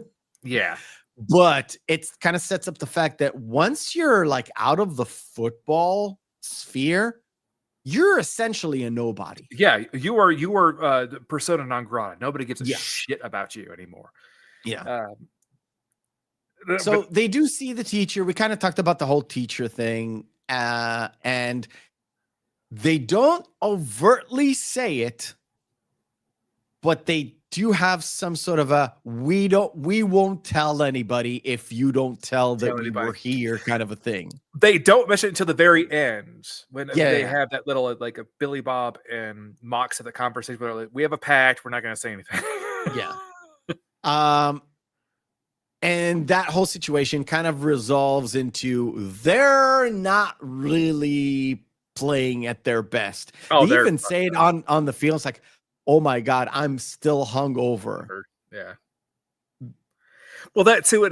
And why did they have to play AC/DC during this? I was like, what? What? That choice of Thunderstruck. Is it just because literally in one line they say, we're in Texas? Yeah, we're in Texas. Is that the only reason why they chose that song? Yes. The person who chose the soundtrack went by the script and just chose tracks that fit within the lines of the script. I'm positive. Now, the fact of the matter is, the soundtrack is fucking amazing. Oh, it's great. Right? So the only issue I have is when they start playing Thunderstruck, you think that then this is after, like, I know, yeah, I'm still hungover too. We got to get our shit together. And then they don't get their shit together. You assume, because that's how all the movies work, because the swelling of the music Yeah. Especially like a good rock song like this. Oh, they're gonna come back and win the game. No, they just lose. You're like, what? That's a swerve. Yeah. And I got the same feeling as well because, again, I've seen this movie. Last time I saw this movie was like 12 years ago. And there are certain subtleties that I did not remember. And one of them is that was like, oh, so they're getting their shit together, sort of like, the same kind of cliche second half. It's like, let's pull our pants and get the pigskin down the field and no, and they get a great song to go with it, and yet they fucking fail. It's like nice little non-comeback that you had there. Yeah. And then after that, we have the whole bit where Coach gets Billy Bob out there, and obviously we have the bit that we mentioned before was with Billy Bob crying in the shotgun scene, and Mox's face when his dad talks to him about it is like, oh shit, Billy Bob is definitely going to shoot himself in the face. Yeah. We're going to have a Cobain moment. Because Kyle brought in bacon. It's like, why do you have bacon? Because, well, Billy Bob said you know what to do with him. And and then it was the first time too, is right before this was after the loss, was his dad going, well, I heard you had an all-night drinking party. And it was that was the highlight of your life. I don't want your life. Yeah. Line there. And by the way, according to the almighty AI and stripped from the document, they said that was the worst line in the entire movie. I don't want your life. I don't want your life. Yeah, but it's the line that everyone remembers from it. Yeah, that's the point. That's the whole point. Did I show this? I did show this, right? Yep. Billy Bob. All right. Billy Bob. All right. We're going to pause here. We're going to pause here for a little bit. Don't worry. We're going to get back to the movie. I know you want to go back. Could you please get out of full screen? Thank you. Damn. Production in this fucking podcast is amazing. Flix chart. All right. Yes, it does work. I checked it. For some reason, they had a DDoS attack for a month. I don't know what the fuck happened. All right. We're going to play our second game of the night. Ladies and gentlemen, it is the almighty Cinema Deathmatch. Round one, fight. Nearly said Screen Fighter. I know. Right, Cinema Deathmatch is where we take two movies, pit them together, and see which one is the best one. If there's no discernible difference between the two, both of them are good or both of them are bad, we fall into our criteria, which is Saturday evening, Friday night lights, out with your girl, out with your significant other, out with your friends, two movies in a vacuum. Which one will we pop in? I went with a full-on October themed because I couldn't get two football themed ones. It is the old school Fright Night, or the new and not improved, The Haunting. It is the remake from 1999. Should I go first? Yep. Chat participation is most welcome, ladies and gentlemen. Just say the name of the movie you chose. Oh, my feelings. Which one will you pick? While I liked more of the practical effects in the original Fright Night, The Haunting, that remake has a special place in my heart because it really got me back into horror when I was younger. Interesting. Yeah. Interesting. Well, I watched both the original and the newer version. And I think I told you this, that I kind of prefer the old movie. Just because it kind of seems like it's a shot for shot, but it's really not shot for shot. I'm gonna choose Fright Night for the tackiness. We'll call it that. It is a bit tacky. It is. Fair. But that did have Owen Wilson at wow. It did have Amanda Burst in it, which is Marcy Darcy. And to me, it kind of, I'm gonna press it. It is Fright Night. I didn't chat. You have to tell me which one. All right, Angels in the Outfield. That nearly came in for the September Very month. close. Very close. And Runaway Bride. A lot of 1999 movies. I'm sorry, Runaway Bride was the worst version of that pairing. Agreed. Yeah, it's the Angels in the Outfield. Angels in the Outfield for me too, even though it Yeah. is kind of a Disney version of. Oh, come on. This is too fucking easy, dude. I know. I Love You Man or Kramer versus Kramer. One of them uplifts you. One of them puts you in the fucking ground. All I'm saying is, I love you, Jobin. Did you just call I me love you, Jobin? Jobin. Yes. All right. Again, too easy.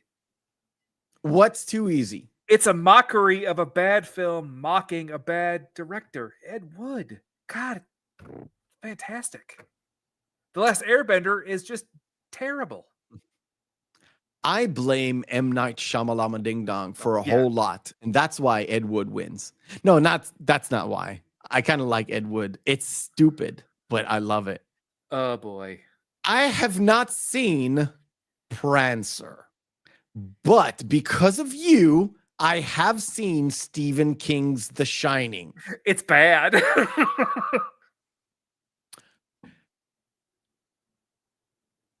I've not seen The Matador. Sorry. All right. All right.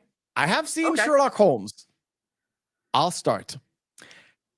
I don't like Sherlock Holmes. I think this is one of Guy Ritchie's worst movies ever. If there wasn't the second Sherlock Holmes movie, which was actually even worse, Yeah. I don't like this version of Sherlock Holmes.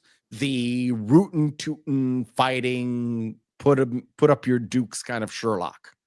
I don't like physical Sherlock. I like Brainiac Sherlock. Okay. But I will watch Sherlock Holmes every day of the week and not watch the stupid remake of Stephen King's The Shining. Yep. Which I think it was Horror Almirada and I both were like, don't watch it. Do not watch it. I had to watch it. You said don't watch it. That means I have to see this train wreck of a movie. Yeah, I said the only thing great about that Guy Ritchie film has to be obviously the one fight scene, which I thought was cool. Just the way that he was able to use his intelligence in order to overcome an enemy who was obviously physically superior to them, which I thought that was an interesting take on him using his intellect. But yeah. You have to face it. That's not the best thing about that movie. The best thing about this movie is Mark Strong as Moriarty. That's true. Mark Strong was fantastic in that. Mark Strong always is to be fair, Mark Strong is always a good, like, classic, like, I don't remember that guy. Oh, yes. Oh, he's great in everything that he does, almost. He was even good in the I know what you're about to say. Making movies, and I'll say it for you. Around the world. He is great in 80 Days Around the World. He's the best thing about that movie. He's also the best villain in John Carter. Oh, John Carter got so much shit. That's actually a decent movie. I know. That's like the it. weird thing about it. No, I like it. No, Russell Crowe's version of Robin Hood. I was thinking about him because he was the sheriff, not a minute in that. And I thought, like, okay, no, he was fine in that movie. Okay. Charlie's Angels or Beverly Hills Cop 2? Has to be Hill Cop 2. Easy choice for me. I like them both. Easy choice for me. It happened one night, which I actually have seen in high school. And I hate it. I hate it so much. I don't like Clark Gable. He is Clark Gable in everything. Yeah. Right? And Devil Wears Prada. Devil Wears Prada, easy? I would have to say yes because it has a very young Emily Blunt, and I have such a crush on her. It's ridiculous. That wasn't my reason. I actually love Meryl Streep in it because I think in real life, Meryl Streep is actually that character. Oh, I can even see though she's imitating what's her face from Vanity Fair. Yeah, but I could definitely see they'd be like, well, I didn't have to method act. It's just me. Yes. It feels like she didn't method act. She actually was that person. See, to Paul, me. I knew you were a man of superior taste. Thank you, my friend. I agree with the Emily Blunt opinion. All right. Dude, she does nothing for me. She is a great actress, and she's, at times but as we hilarious. just crossed the roads of 20 years of being married, so When has it ever, like, no, I'm not gonna even say. I'm not gonna even say. No, I'm not gonna even say. Mrs. Math. Because I'm picking up my phone. I'm texting your wife. Sometimes, like a month down the road, I was like, yeah, I was watching like half your show and blah blah blah blah blah blah blah, and I was like, what the fuck, man? It's not about. It's not about me. About this yet, so no. It's not about me talking about other women. That never bothers her. Like, we watch a lot of stuff together, and I do comment on like chests and stuff because I'm me, and I will not give up my uniqueness. You do sound like an elderly man, though. Like, I'm a I did total speak to my lovely wife about her bosoms. I do talk about my wife. I do talk to my wife about her bosoms. Too much sometimes, but at least I enjoy other bosoms. Now, this scene. They scanned my cat. They scanned my cat, and I immediately was like, is this not another teen movie again? Is this like a out of place scene? It's like, oh no. He actually meant it. He did skip over the fact that he got his acceptance letter to Brown. Yeah. The only thing that's funny about that is the little kids walking through. It's like, oh, honey, did you start a cult? That's so sweet. Yeah. He does go to Jules. He does go to Jules, and he does talk to her about the fact that he got accepted to Brown. But this is after Coach got him in the field, and he tells him, I can fuck up your scholarship if you don't do as I say and run my plays. Yeah, that's right before this. Yeah, right before this. When he goes to Jules, he's like, look, I got accepted to Brown, but I'm in a pickle because I want to get the fuck out of here.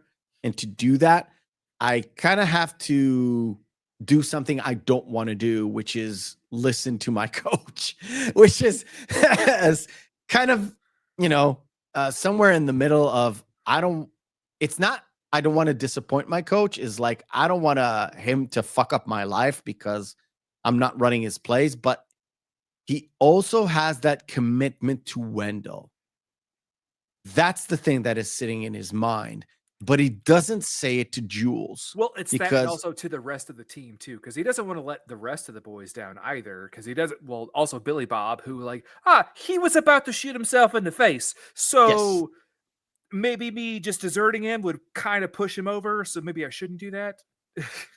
Yeah, he just said like, well, be the hero. You're a football player. You know what a hero is, and and of course, my hero from the Foo Fighters comes in a little bit later, but during that game. It cuts into the team in the prayer, Bud's speech, and then it cuts right into Foo Fighters. Yes. Let's compare the speeches.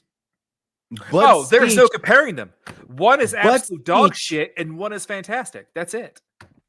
After he said what he said, Bud, the coach, I felt like, I don't want to go out there. I really don't. Yeah. It's like, I really don't. After fucking the speech from Any Given Sunday, you as the viewer, you're charged as fuck. Yeah, you hear the speech from D'Amato, you're like, yeah, I'm going to fight for that fucking inch. Yeah. Let's go. Exactly. And it's so weird because when Mox has that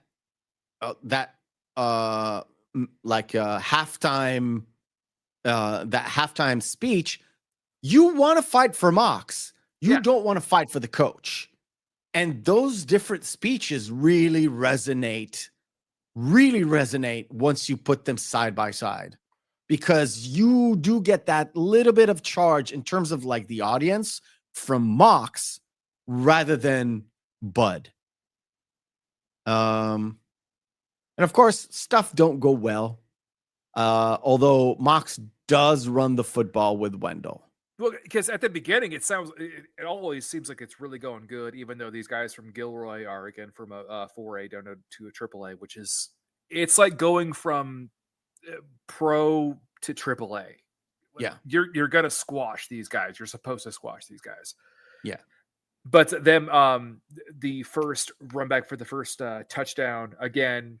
As soon as coach calls the play again to flip to the wideout, who's again a white guy. Wendell goes, this same fucking bullshit. Yeah. And Mox goes, no, 25 out white. It's like, and everybody goes, no. It's like, what? You got a problem with him scoring for once? Yeah, there's a few things that happen. What the fuck is going on? There's a few things that kind of happen. One of them is you have to like put a knee down. We've got 40 seconds, and Bud says, I don't want to risk another later. turnover. That's later in the game, though. Fine, okay. That's after the first score. Okay. No, that couldn't be after the first score. It was before the half. No, they had 40 seconds left to the first half. No, Wendell's the one who scores first in the game. Yeah. That's what I was talking about. Yeah. Okay. I know. The fact that he's running Wendell and everything goes well with the drive, everything, like everyone's happy. And then he defies Bud again, but very subtle because they're still running the ball. They just went with a different running back. It's not Tweeter. It's Wendell. Yeah. Right. Essentially this. Right. Yeah, it's a different out to give Wendell the touchdown that he needed to really essentially guarantee a scholarship.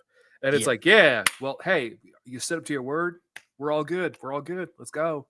And then Wendell getting hurt.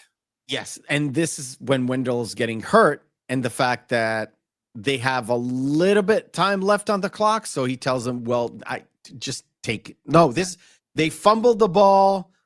Gilroy, is it Gilroy? Gilroy scores. Yeah. And then when they come back, they have a little bit of time, but Bud says, you have to take a knee. And Mox is like, God fucking damn it. He's going to mess with my scholarship. So he takes a knee. Yeah. I was going to say with this though, with the way that Wendell went, the first thing I thought of?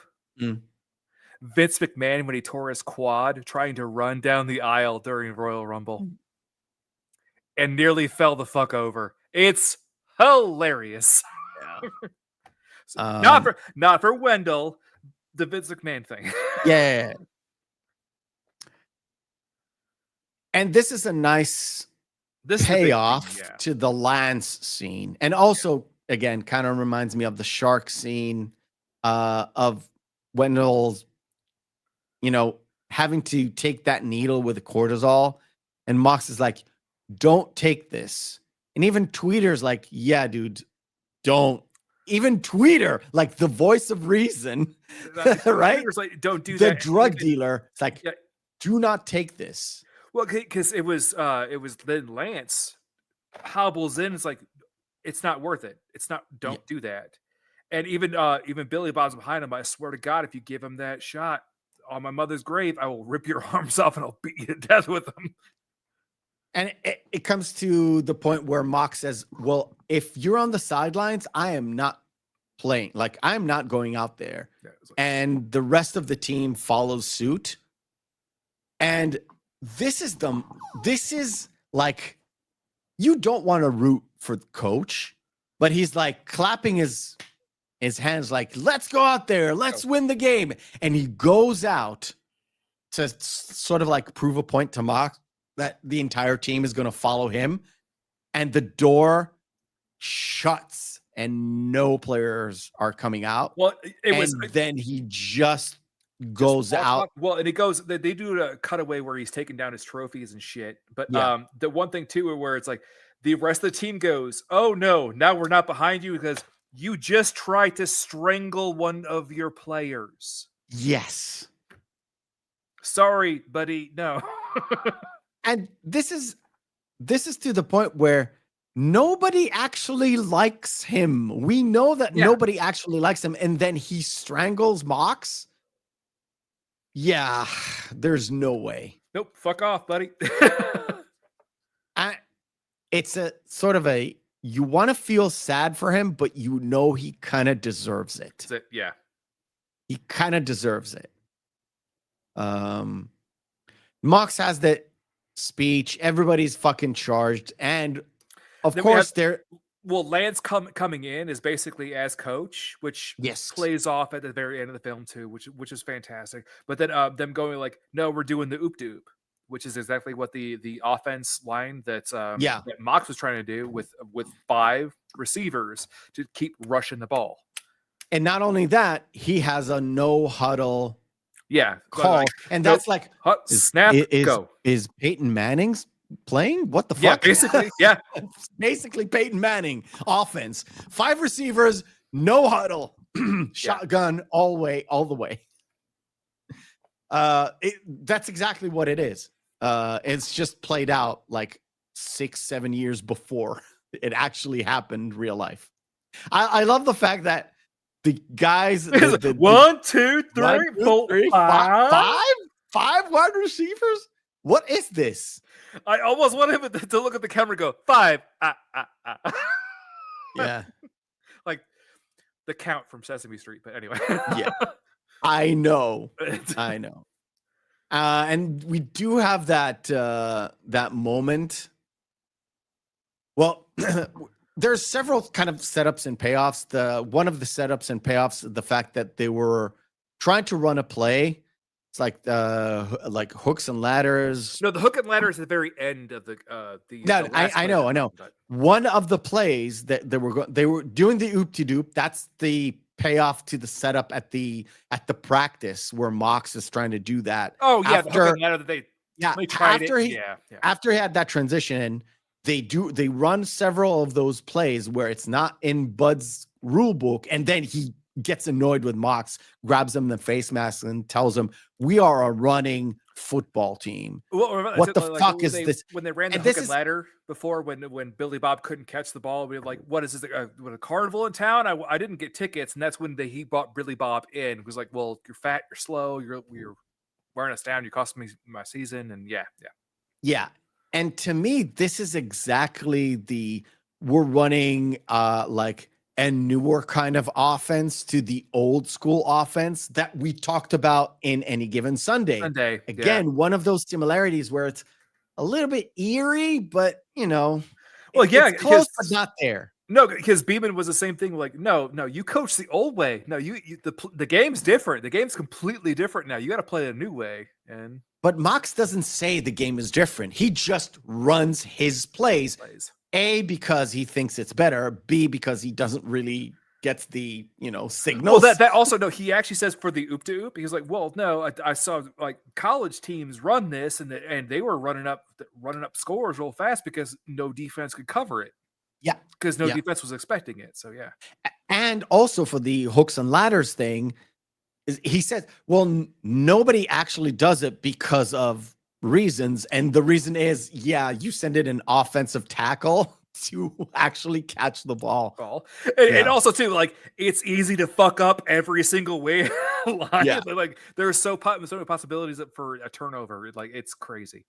But I do love the fact that Mox to run to stop the clock, because Tweeter didn't go out of bounds. So in order to stop the clock, he shoots at the fucking another mascot gets it. Well, but also too, just right before that too, it's like Billy Bob stepping up on defense to get to block the punt, because he's the one who clears the O-line in order to have Tweeter block the punt. Yeah, because otherwise the game would have been over. Yeah, and the point of the matter is the fact that people will sacrifice, or football players will sacrifice for the coach if it's the right coach. If they have that motive, if they have somebody to actually motivates them to do a thing. That's why Bud could have worked, but doesn't work anymore. Yeah. That's why people will fight for Mox, because he is who he is. And that's why all the players fought for D'Amato and eventually Beeman as well. Yes. Because they realized that they were team players. They were there for everybody. Yeah. Yeah. And of course, Billy Bob gets he Gets does the ball. catch It's it. just moving forward like the fucking juggernaut. Yeah. Yeah. I'm gonna get there. Yeah, I'm gonna get there. And he does get there. They do get the score, win the game. Mox gets the girl, and then of course it goes into it kind of, the camera kind of lifts up and it goes into a really wide shot of the stadium of everybody celebrating. And of course, Mox is telling you, yeah, I've never played play football again. football. Lance became a coach. And I think the thing is too, is they didn't say anything about Billy Bob's future. They're like, well, he cried because he's a crier. yes. Okay. And Wendell and Tweeter drank beer because he drinks beer. Okay. And Lance Wendell, became a coach. Awesome.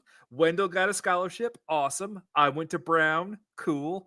never played football again. Did- And coach never coached again. It was like, so what? And also they're like, they couldn't get rid of the statue because it was too heavy. Yes. I don't know why they put it in there, but it mattered somehow. That seems like a town with a lot of construction equipment in it. I think they could have gotten rid of that statue. Yeah. But also too was like, what happened to Jules? What happened? Did Darcy get out of town? Yeah. Could have What- at least said like Darcy ended up going to Florida State anyway. And that whole thing about Darcy and Jules trying to get out of that town is something that is really not addressed.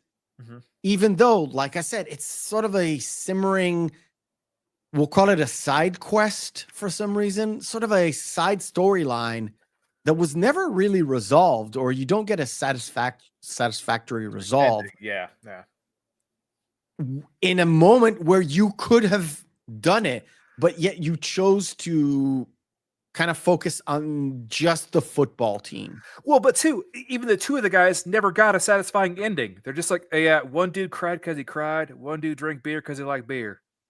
And they're like, but we got good endings for everybody. What movie? The only that would have been funny is like, and Tweeter became the local sheriff. Yeah. There. That would have been That's a funny like a good twist on the entire concept. We'll call it the Animal House ending, where Bluto became a U.S. senator. Yeah. Right? So Tweeter became the sheriff. Yeah, and Billy Bob became the coach of the high school because, again, Bud Kilmer never coached again. Yeah. Something like that. All right, cool. That kind of brings us to the end of the show. I hope you enjoyed yourself out there. I actually like this movie. I was on the fence. Again, on the first watch, I was like, I don't understand why we picked this movie. On the second watch, I kind of did. Yeah. On the second watch this morning, when I rewatched it, I was like, yeah, this really reminds me of Any Given Sunday, but a whole different. There are points in there that kind of gets me the vibe of, okay, this is a far more complicated movie than it is just a straight up teen football movie. It is. Yes. It just is. And it makes it far more interesting than just your regular variety teen football movie. Which is very different from the movie we're going to watch next week. Yeah. Because Rudy is really interesting. Oh, boy. Not in the same reason. I'm going to have so many stories to tell about it because I told you I grew up in the town that Notre Dame is in, and I almost went there. I know way too much about this stuff, so gonna have I will give you the floor whenever you want to tell the stories because it Oh, only it's- enhances the movie. I'm telling you right now, I don't particularly like Rudy. Oh no, don't worry about it. People that live in South Bend fucking hate that movie. Go watch Rudy. It is worth a watch. Go watch Rudy and come back to us next week. All right, It's all ladies and bullshit. gentlemen. What? What It's all bullshit?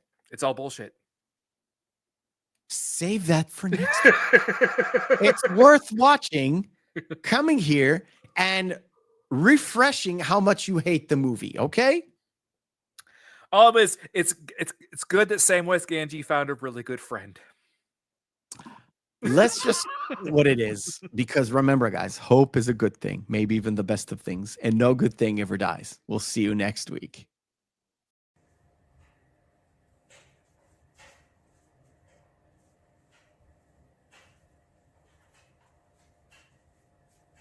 You're still here?